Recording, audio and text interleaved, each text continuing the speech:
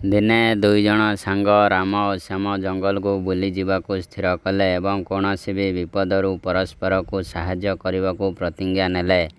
ଏହାପରେ ଜଙ୍ଗଲ ଅଭିମୁଖେ ବାହାରି ପଡ଼ିଲେ। ଜଙ୍ଗଲରେ ପହଞ୍ଚି ବୁଲୁ ବୁଲୁ ହଠାତ୍ ଏକ ଭାଲୁ ସେମାନଙ୍କୁ ଆକ୍ରମଣ କଲା। ରାମ ଶୀଘ୍ର ଦୌଡ଼ି ଯାଇ ଏକ ଗଛ ଉପରକୁ ଚଢ଼ିଗଲା। ଅନ୍ୟପଟେ ଶ୍ୟାମ ପାଖରେ ଗଛରେ ଚଢ଼ିବା ପାଇଁ ପର୍ଯ୍ୟାପ୍ତ ସମୟ ନଥିଲା। ତାପରେ ସେ ମରିବା ଭଳି ଅଭିନୟ କରି ଭୂମିରେ ଶୋଇପଡ଼ିଲା। ଭାଲୁ ଶ୍ୟାମ ନିକଟକୁ ଆସି ସତେ ଯେପରି ତା କାନରେ କ'ଣ ଫୁସ୍ଫୁସ୍ କଲା। ସେହି ସମୟରେ ଶ୍ୟାମ ନିଶ୍ୱାସକୁ ବନ୍ଦ କରିଦେଇଥିଲା ଏବଂ କିଛି ସମୟ ପରେ ଭାଲୁ ଚୁପଚାପ ସେଠାରୁ ଚାଲିଗଲା।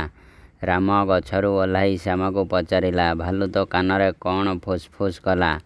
ଶ୍ୟାମ ଉତ୍ତର ଦେଲା, ଭାଲୁ ମୋତେ କହିଲା ଯେ ବିପଦ ସମୟରେ ପଳାୟନ କରୁଥିବା ସ୍ୱାର୍ଥପର ବନ୍ଧୁମାନଙ୍କ ଠାରୁ ଦୂରେଇ ରହିବା ଉଚିତ। ଏଥିରୁ ଆମେ ଶିଖିଲେ ଯେ ମିତ୍ର ଏମିତି ଗଢ଼ ଯିଏକି ପ୍ରତ୍ୟେକ ପରିସ୍ଥିତିରେ ତମ ସାଥ ଦେବ।